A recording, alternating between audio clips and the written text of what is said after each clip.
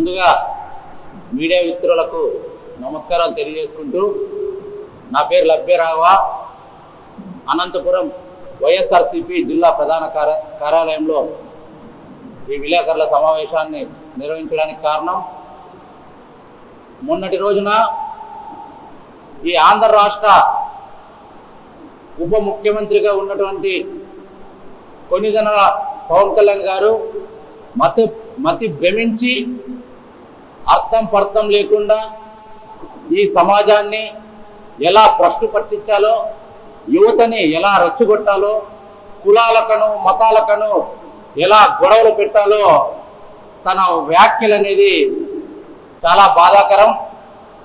ఈరోజు పవన్ కళ్యాణ్ గారికి రాజ్యాంగం అంటే తెలియదు, మానవుల హక్కులంటే ఏమిటో తెలియదు, ఈ భారతదేశం యొక్క విధి విధానాలు కూడా తెలియని స్థితిలో ఉప ముఖ్యమంత్రిగా ఉండి ఆయన నేటి యువతరాన్ని తప్పుదావ పట్టించే విధంగా మాట్లాడటం చాలా బాధాకరం.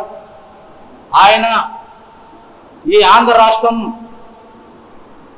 ఈ కూటమి ప్రభుత్వం ఏర్పడినప్పటి నుంచి హత్యలు, మానభంగాలు, కుల వివక్షత, నగర బహిష్కరణ, తర్వాత లాకప్ వ్యక్తులతోనే ఈ కూటమి ప్రభుత్వం ఒక ఎజెండాగా పెట్టుకొని ముందుకు పోతుందని ఈ సందర్భంగా తెలియజేస్తున్నాం.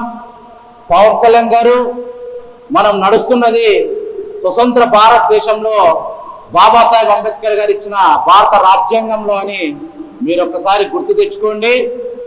మీ వ్యాఖ్యలో ఒక వీధి రౌడీగా, చిల్లర మాట్లాడే వ్యక్తులు కూడా మాట్లాడని భాషను మీరు ఉపయోగిస్తున్నారంటే, మీరు ఒక జనసేన పార్టీ అధ్యక్షుడిగా ఉండి అలాంటి వ్యాఖ్యలు మాట్లాడటం చాలా బాధాకరమైన విషయం. మీరు 3 సంవత్సరాల్లో మేము అది చేస్తాం ఇది చేస్తామని మీరు పరక్వాలు మాట్లాడుతున్నారు. ముందుగా మీ పార్టీలో ఉన్న ఎమ్మెల్యేలు మహిళలకు ఇస్తున్న గౌరవం ఏంటి? మహిళలకు ప్రేమ పేరుతో మోసించి వాళ్ళని కడుపు చేసి వాళ్ళ కడుపులు తీపిస్తే వారిపైన మీరు ఏం చర్యలు తీసుకున్నారో ఈరోజు ఆంధ్ర రాష్ట్ర మహిళలకు, ఆంధ్రప్రదేశ్ ప్రజలకు చెప్పాల్సిన బాధ్యత మీపైన ఉంది. మీరు రాతి కాలంలో మాట్లాడిన వ్యక్తుల్లా మాట్లాడుతున్నారు. మీకు మరొక్కసారి అనంతపురం పార్టీ వైఎస్ఆర్ పార్టీ తరఫున తెలియజేస్తున్నాం, ఇది ప్రజాస్వామ్యం, ప్రజలతో ఎన్నుకోబడిన ప్రజా రాజ్యాంగం, ఇది బాబాసాహెబ్ స్వేచ్ఛ రాజ్యాంగం అని మీకు తెలియజేస్తూ, మీకు తెలియకపోతే ఎవరినన్నా అడిగి తెలుసుకోండి. 2 లక్షల పుస్తకాలు చదివే అన్నారు. ఏ విధమైన చదివినారో నాకైతే ఇంతవరకు అర్థం కావడం లేదు. మీరు మాట్లాడే మాటలు మీ విజ్ఞతకే వదిలేస్తున్నాం.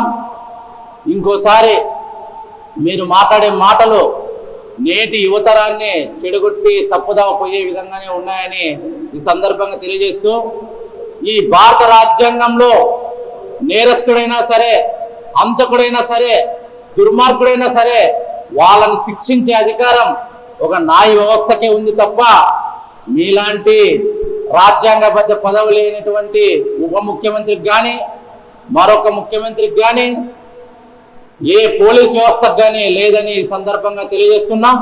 మరొక విషయం, ఈ భారతదేశంపైకి పాకిస్తాన్ తీవ్రవాదులు లాంటి, కసబ్ లాంటి వాళ్ళు వచ్చి నరమేధాన్ని సృష్టించి ఆడవాళ్ళ మాన ప్రాణాల సైతం వాళ్ళు చెడిపినప్పుడు వాళ్ళని శిక్షించినది కూడా ఈ భారత న్యాయ వ్యవస్థ అని చెప్పి ఈ సందర్భంగా మీకు తెలియజేస్తున్నాం.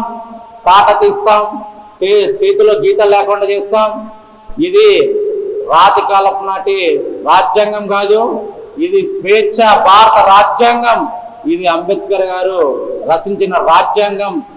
మీలా లేనిపోలి మాటలు చెప్పి రాజ్యాంగాన్ని అవహేళన చేస్తూ మీరు అధికారంలోకి 3 పార్టీలు కలిస్తే అధికారంలోకి వచ్చిన వాళ్ళు మీరు ఈ విధంగానే మాట్లాడే విజ్ఞతతో మీరు ఉన్నారని తెలియజేస్తూ, మీ మాటలను ఇంకోసారి మాట్లాడితే అంతకు రెండింతలుగా వైఎస్ఆర్సీపీ పార్టీ తరఫున మీకు ఖచ్చితమైన గుణపాఠం చెప్తామని ఈ సందర్భంగా తెలియజేస్తున్నాం.